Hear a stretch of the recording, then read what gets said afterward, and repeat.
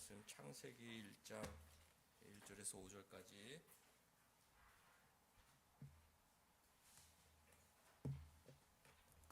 한 절씩 교독합니다.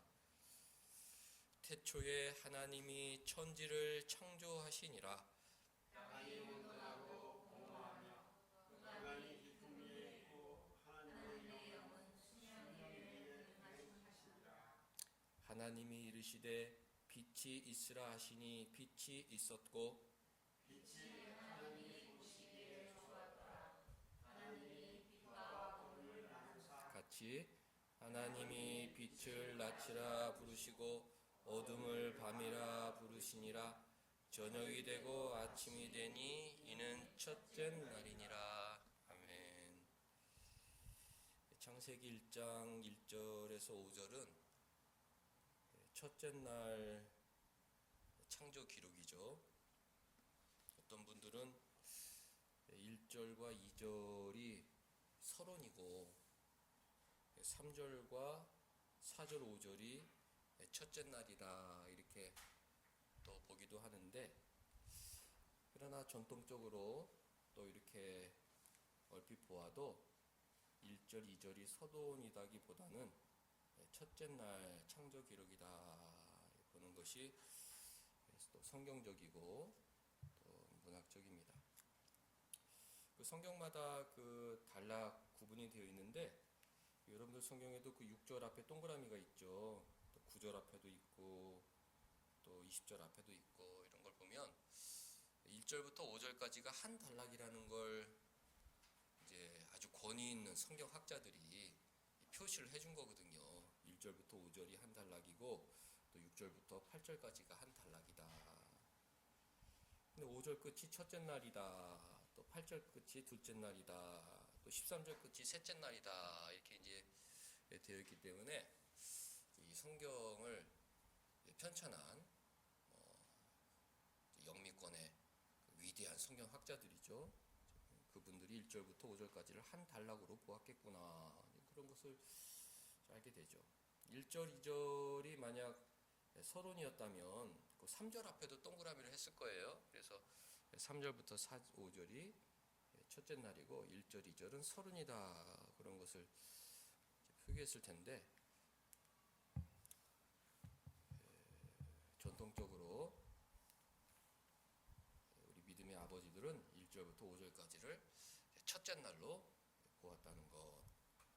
길게 얘기하는 것은 중요하기 때문에 그렇겠죠. 우리가 주일학교 때 이제 창조에 대한 것을 가르치고 성인이 돼서는 교회에서 잘 가르치지 않습니다. 왜냐하면 목사도 그 진화론에 대한 그 지식이 깊지 않기 때문에 이제 어떤 논쟁이 있는 부분들을 좀 가르치는 게 부담이 되거든요.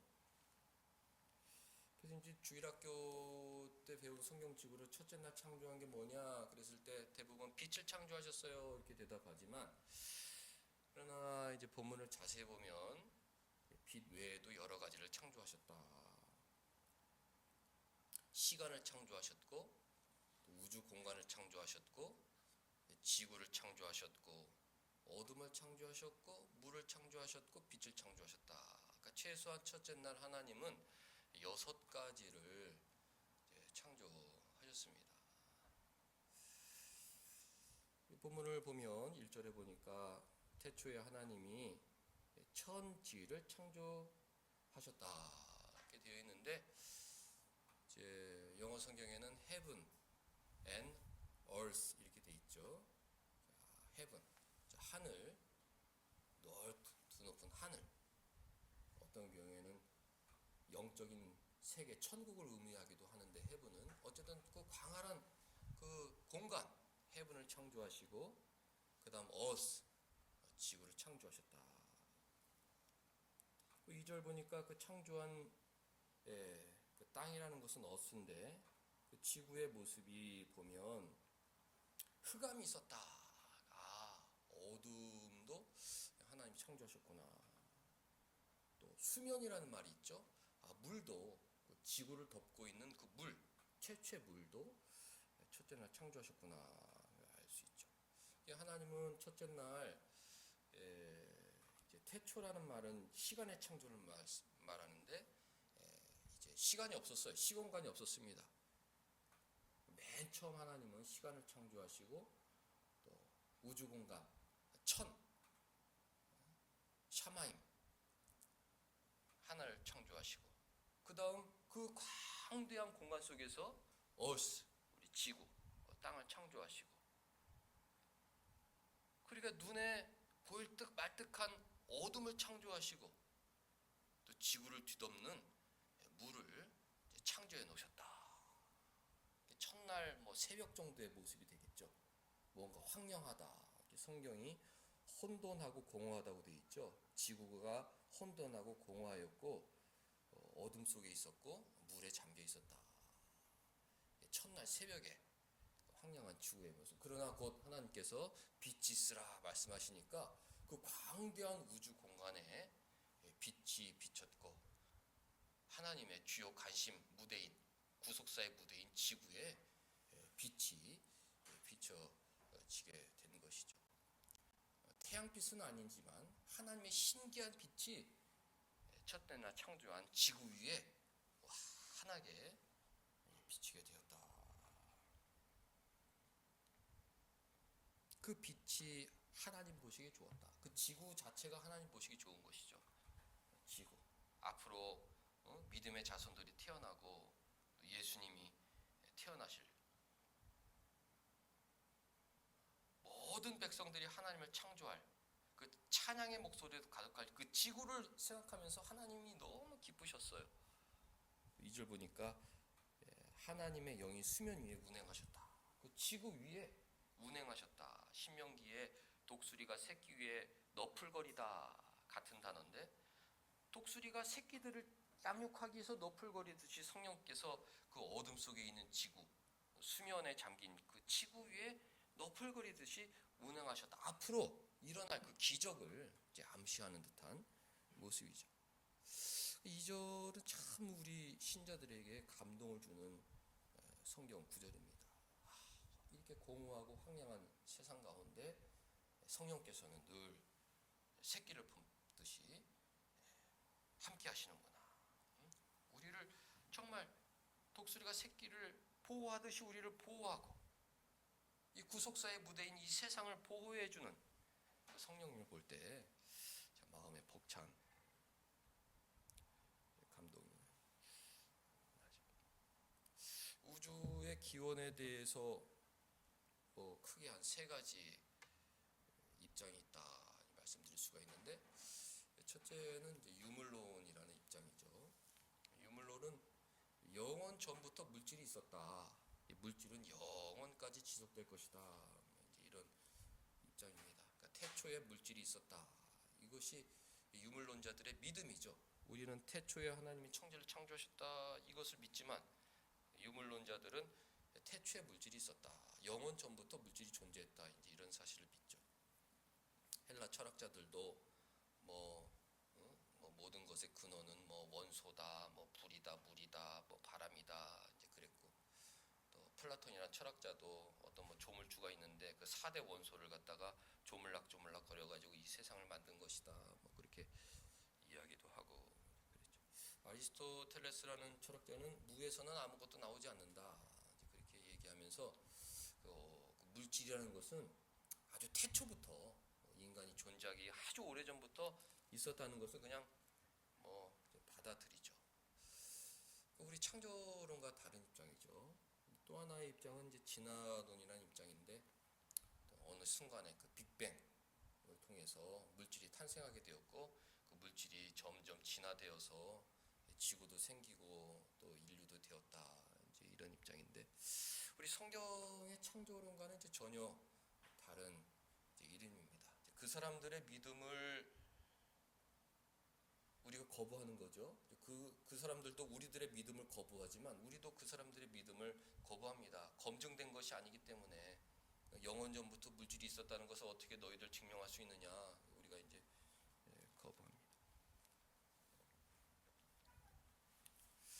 로마 카톨릭의 우두머리 프란체스코는 2014년 빅뱅과 진화론은 성경과 모순되지 않는다, 이제 이런 얘기를 하면서 로마 카톨릭이 뭐 빅뱅과 진화론을 뭐 추종하는 건 아니지만 그것이 성경과 모순되는 이론은 아니다. 이래서 이제 뭐 그런 것을 이제 받아들이는 입장이 돼버렸어요. 미국의 대형 장로교단, 미국의 두 개 장로교단이 있는데 PCUSA하고 PCA가 있는데 이름이 긴 PCUSA는 이제 좌파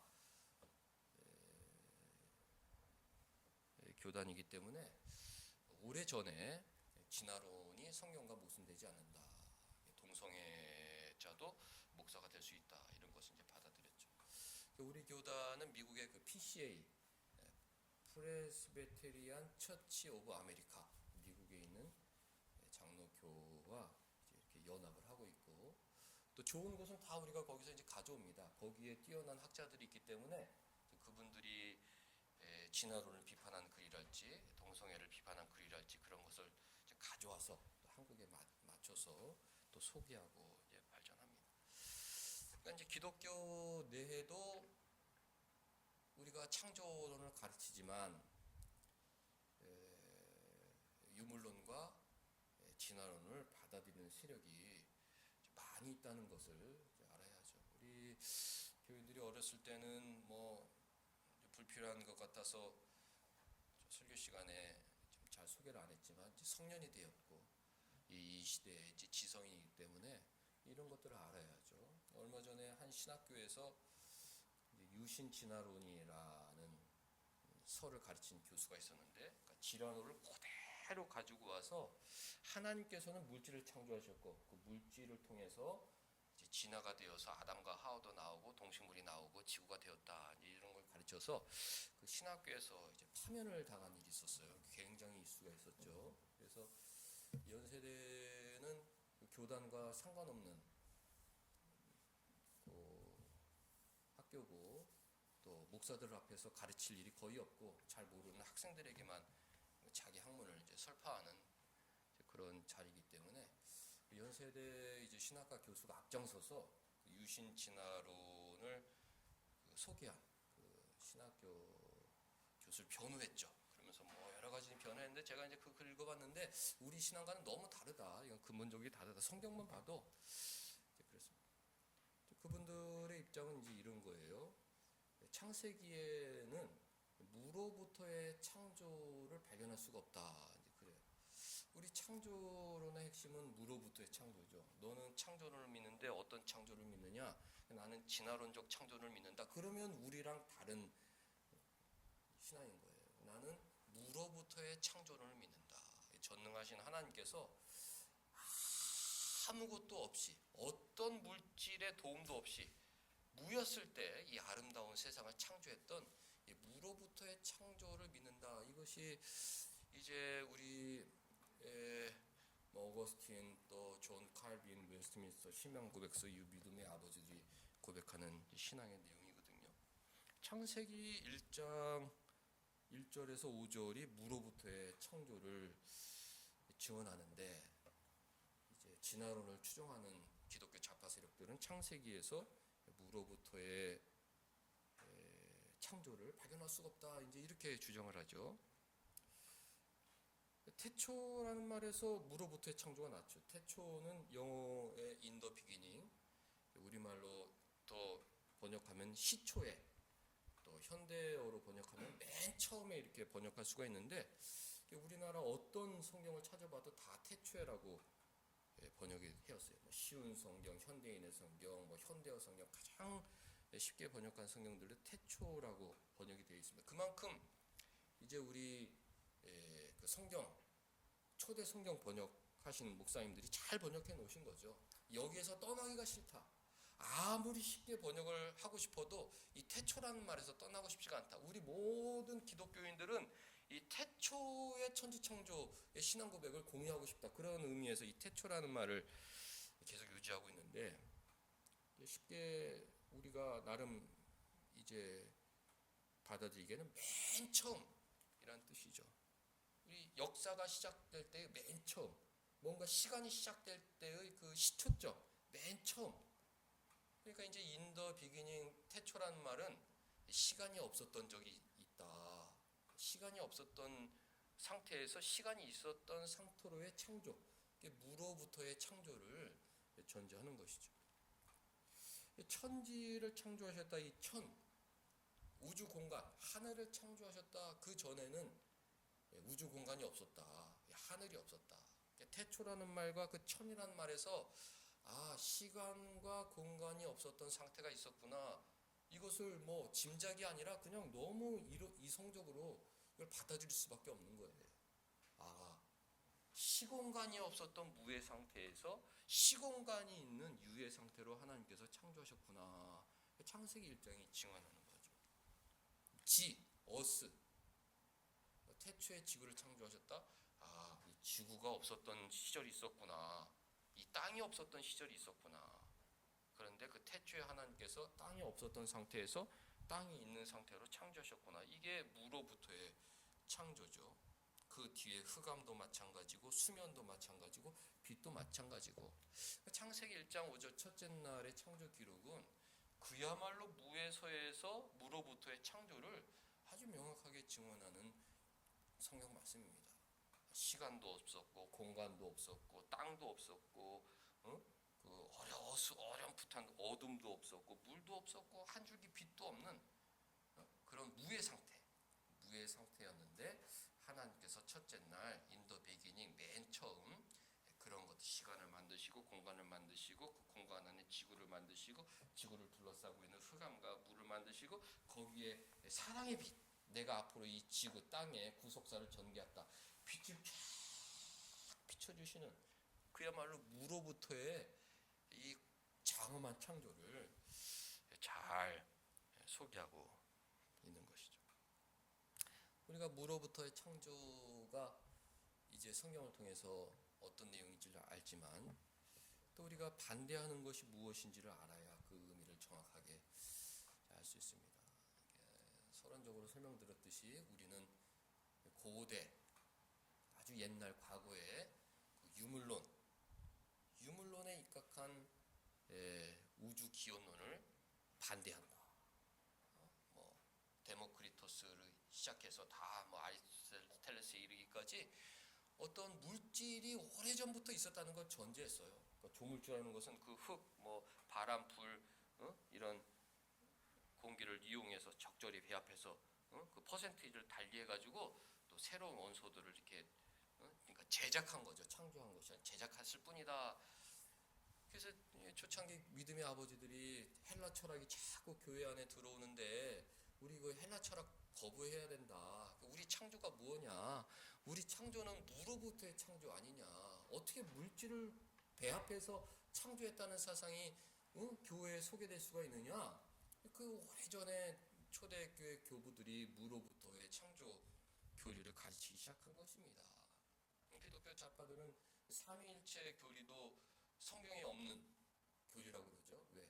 트리니티라는 단어 자체가 성경에 없기 때문에 왜 너희들은 성경에 없는 그런 교리를 가르치느냐 맹목적인 비판을 하죠. 그러나 진짜 인류 역사 최고 천재들은 다 교회 목사들이었는데 그 목사들이 진짜 이 어마어마한 성경을 연구하고 하나님과 예수님과 성령님을 연구해서 도출해낸 결론이 이 세 분은 다른 분 같지만 한 분이다. 어떻게 이걸 정의할 수 있겠느냐? 삼위일체로 정의하자.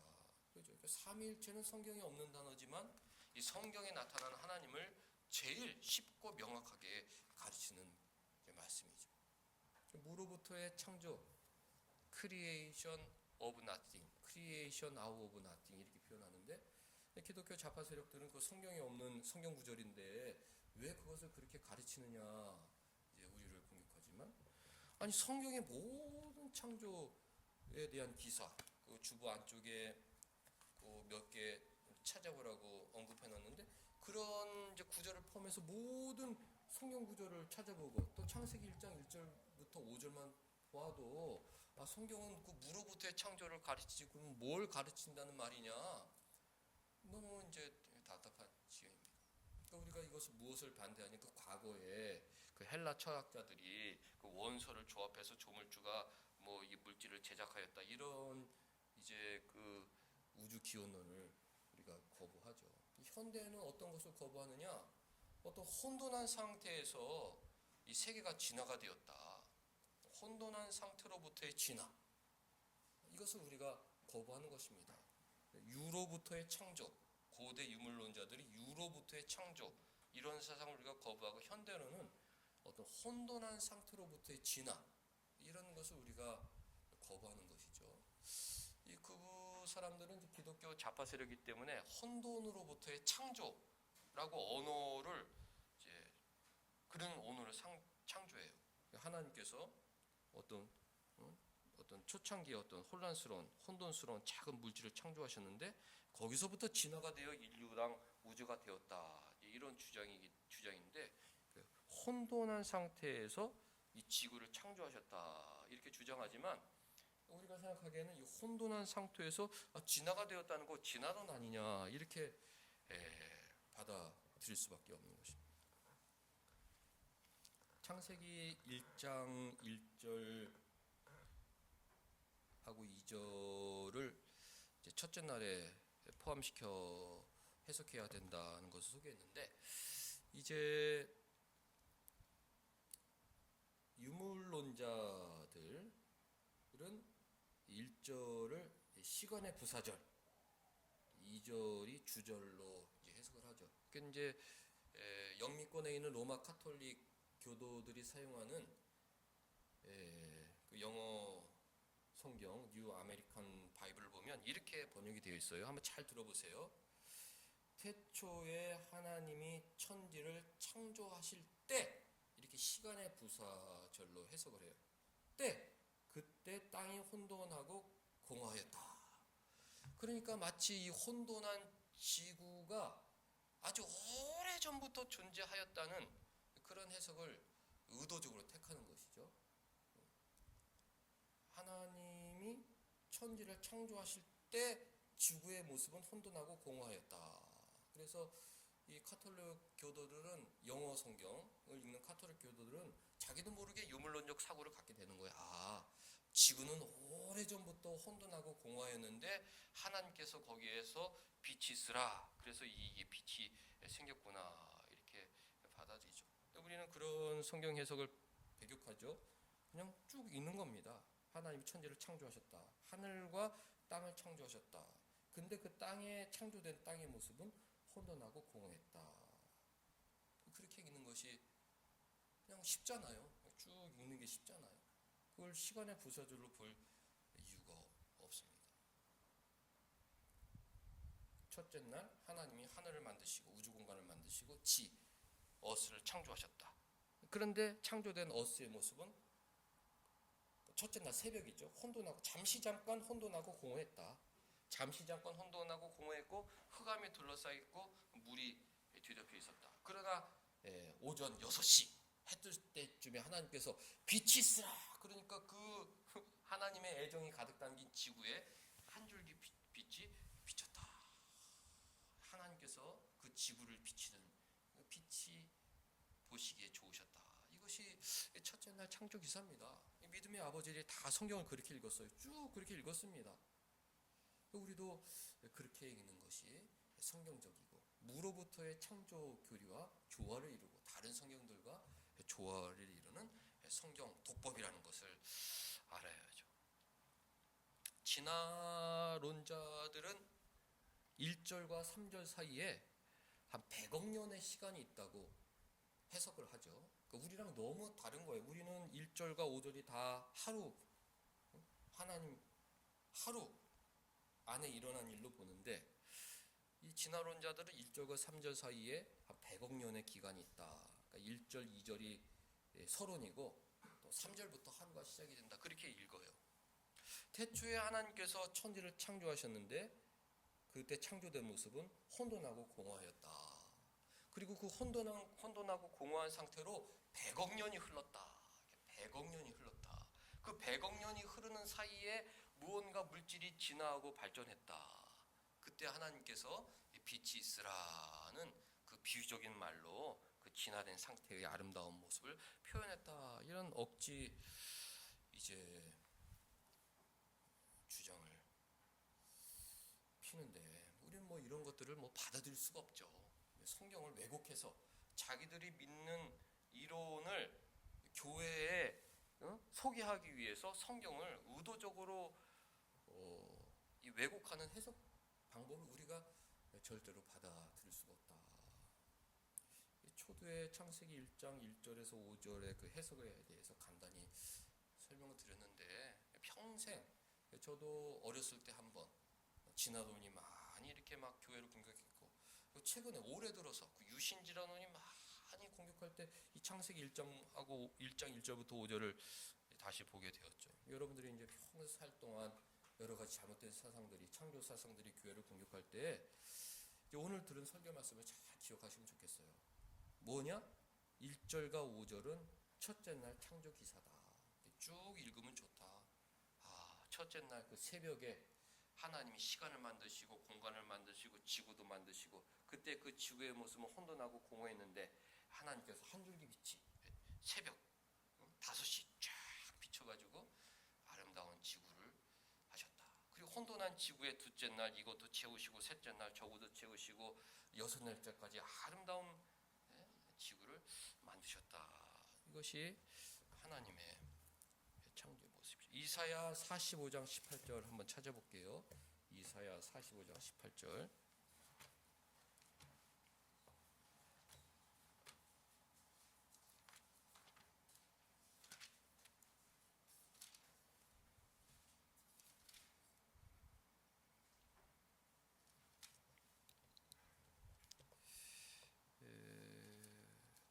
대저 여호와께서 이같이 말씀하시되, 하늘 우주 공간을 창조하시는 그는 하나님이시니 그가 땅 지구를 지으시고 지구를 만드셨으며 지구를 견고하게 하시되 혼돈하게 창조하지 아니하셨다. 그랬어요. 지구를 창조하실 때 혼돈하게 창조하지 않으셨다.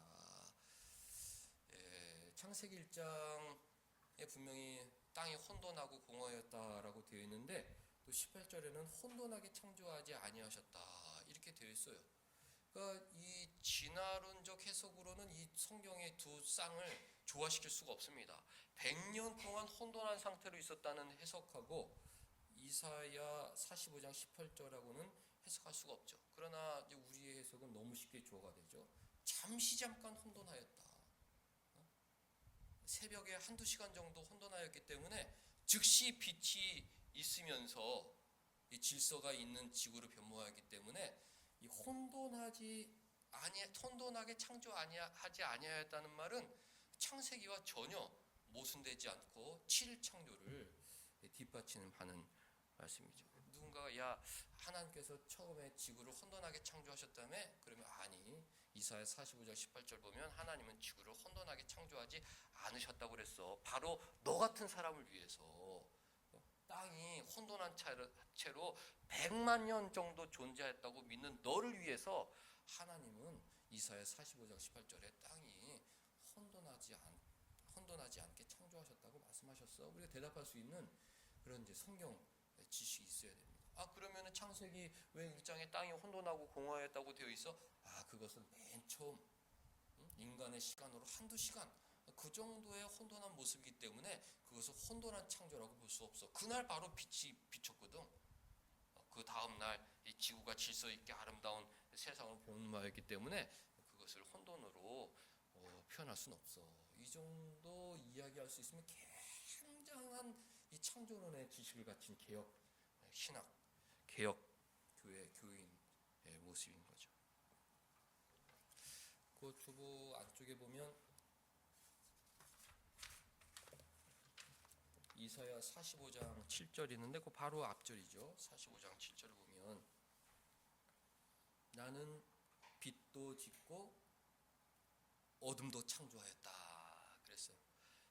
기독교 좌파 세력은 하나님이 빛이 있으라 빛만 창조하셨지 어둠은 창조하지 아니하셨다. 그러면 도대체 어둠은 언제 창조된 것이냐? 그것은 하나님께서 빛을 창조하기 전 아주 오래전에 어떤 물질이 있었다는 것을 가정하는 거다, 이런 억지를 부리는데 45장 7절에 어둠도 창조하셨다 그랬어요.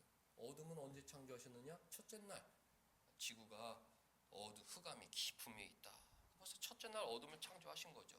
그러니까 성경을 주의 깊게만 읽어도 창세기 1절부터 5절까지만 주의 깊게 깊어도 거기 흑암이라는 말이 있기 때문에 하나님 어둠도 창조하셨구나 알 수 있지만 자기 이론에 너무 빠져있기 때문에 자기가 보고 싶은 것만 보고 성경을 전체적으로 보지 못합니다. 우리 믿음의 아버지들은 굉장히 양심적인 사람이었어요. 이 성경 이 66권을 정말 사랑하는 마음으로 읽었습니다. 성경 안에 모순이 없도록 그 체계를 만들어낸 게 우리 개혁신학이고 웨스트민스터 신앙고백서로 요약이 되어 있죠. 거기에 창조론을 보면 오브 나띵, 무에서 하나님은 이 아름다운 세상을 창조하셨다. 단편적으로 자기가 원하는 그 성경 구절만 몰두해서 그 성경 구절 한두 절로 자신의 이론을 설파한 사람들과는 너무 그것이 다르죠. 주보 안쪽에 보면 만물이 그에게서 창조되되 하늘과 땅에서 보이는 것들과 보이지 않는 것들, 하나님은 보이는 세상뿐만 아니라 보이지 않는 영적인 세계, 천사들, 또 천국과 지옥 이런 것을 다 창조하신 분이라는 것을 알려주죠. 16절 앞절 보면 만물이 그에게서 창조됐다. 그러니까 어떤 물질도 하나님 없이 창조되지 않았음을 잘 가르쳐주죠. 만물이 그에게서 창조되었다. 또 로마서 4장 17절 하나님은 죽은 자를 살리시며 없는 것을 있는 것으로 부르시느니. 믿음의 아버지들은 이 말씀을 이제 가지고 무로부터의 창조를 이제 근거 구절로 삼았죠. 없는 것을 없는 상태에서 있는 것으로 부르시느니 무에서 유를 창조하신 분, 그것이 우리 하나님이시다 가르쳤는데, 우리가 가을을 맞이하면서 이제 대자연의 변화를 체감하게 될 텐데, 우리 하나님은 무에서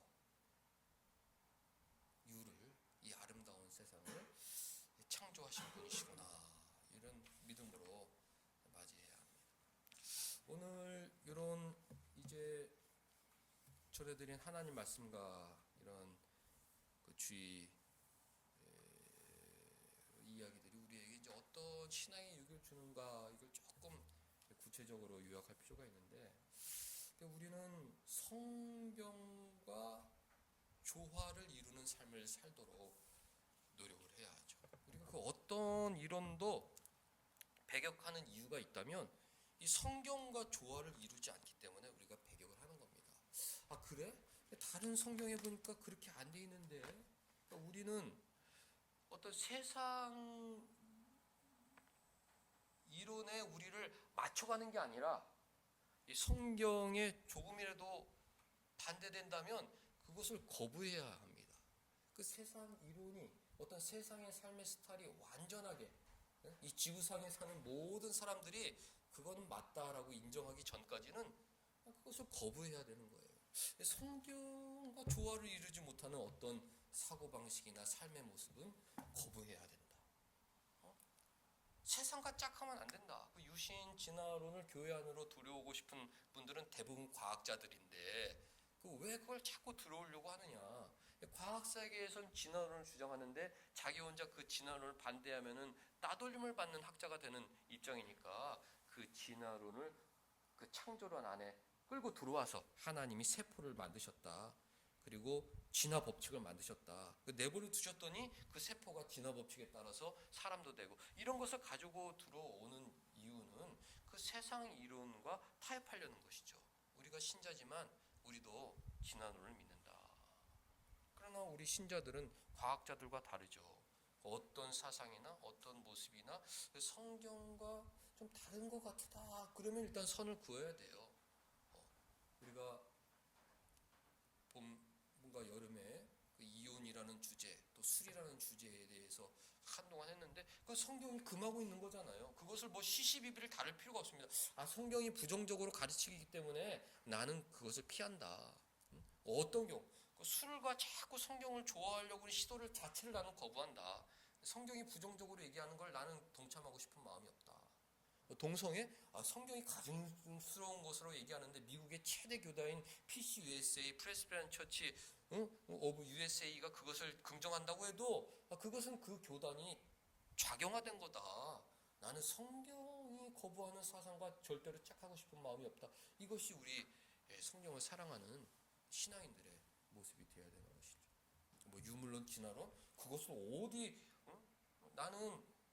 나는 과학자가 아니라 과학자식이 부족해. 아무리 너희들이 나를 과학 지식으로 소개하려고 해도 내가 그걸 이해하지 못해. 그렇지만 성경은 무로부터의 창조를 분명하게 가르치기 때문에 이 무로부터의 창조와 좀 조화가 안 되는 건 난 받아줄 수가 없어. 그건 나의 믿음이야. 나의 믿음을 너희들이 어떻게 할 수가 없다. 그렇게 얘기하는 거죠. 결혼을 기피하는 현상, 출산을 기피하는 현상, 뭐 여러 가지 현상들이 있잖아요. 이런 거. 성경과 전혀 거리가 먼, 성경이 거부하고 있는 삶의 방식이나 이론은 우리가 타협하지 말아야 된다. 존 칼빈 목사님은 장로교의 아버지고 종교개혁의 완성자인데 천동설을 지지했죠. 지동설을 거부했습니다. 지동설은 성경과 맞지 않다. 그래서 오늘날은 칼빈 목사님을 공격하는 세력들이 많아요. 칼빈도 무지했다.